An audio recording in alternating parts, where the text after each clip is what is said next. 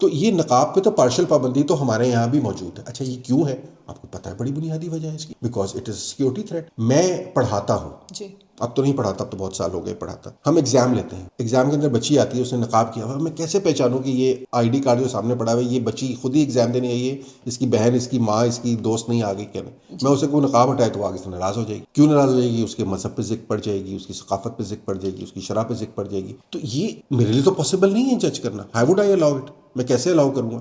But बड़ा common है। आप अभी जाइए यूनिवर्सिटीज की वेबसाइट्स के ऊपर, लिस्ट लगी होगी फैकल्टी मेंबर्स की, मर्दों की लिस्ट लगी होगी और साथ खवातीन की नकाब में लिस्ट लगी होगी। वो चाहे एक ही खातून की तस्वीर आप 700 दफा रिपीट कर दें, क्या फर्क पड़ता है? मैं कैसे पहचानूं? मैं कैसे अपने आप को एक्सप्रेस करूं? मैं क्यों इक्वल सिटीजन नहीं? मुझे क्यों इक्वल राइट नहीं है अपनी शनाख्त को प्रेजेंट करने का, उस पर खुश होने का? मेरा चेहरा क्यों गुनाह की दावत दे रहा है और मर्द का चेहरा गुनाह की दावत क्यों नहीं दे रहा? कुरान में गुनाह की दावत के हवाले से जो सबसे बड़ा किस्सा है वो तो जुलेखा और यूसुफ का। उधर तो यूसुफ के हुस्न पे मसला बना था ना, गुनाह का मसला। तो यूसुफ को पर्दा कराना चाहिए था कि जुलेखा को पर्दा कराना चाहिए था? तो मतलब हम बिल्कुल नहीं सोचते। ये बुनियादी तौर पे एक पेट्रियार्कियल माइंडसेट की कॉन्टिन्यूएशन है, ये बुनियादी तौर पे ऑपरेशन है, ये बुनियादी तौर पे औरत से उसकी शनाख्त छीनना है। अच्छा, सिर्फ ये नहीं है, ये बहुत तकलीफ दे चीज है। चेहरे का पर्दा, मिसाल के तौर पे मेरे पास खाने के लिए बस यही मुंह है।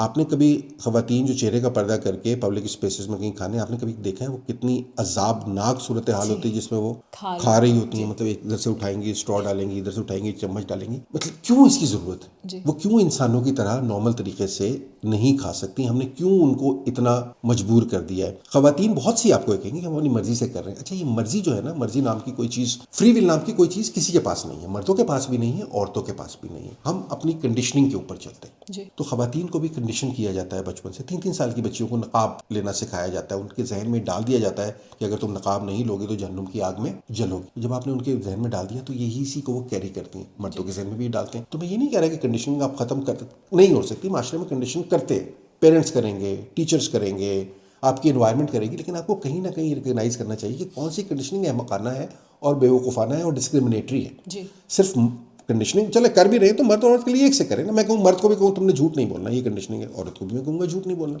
औरत का झूठ बोलना और मर्द के झूठ बोलने में फ़र्क क्यों होगा?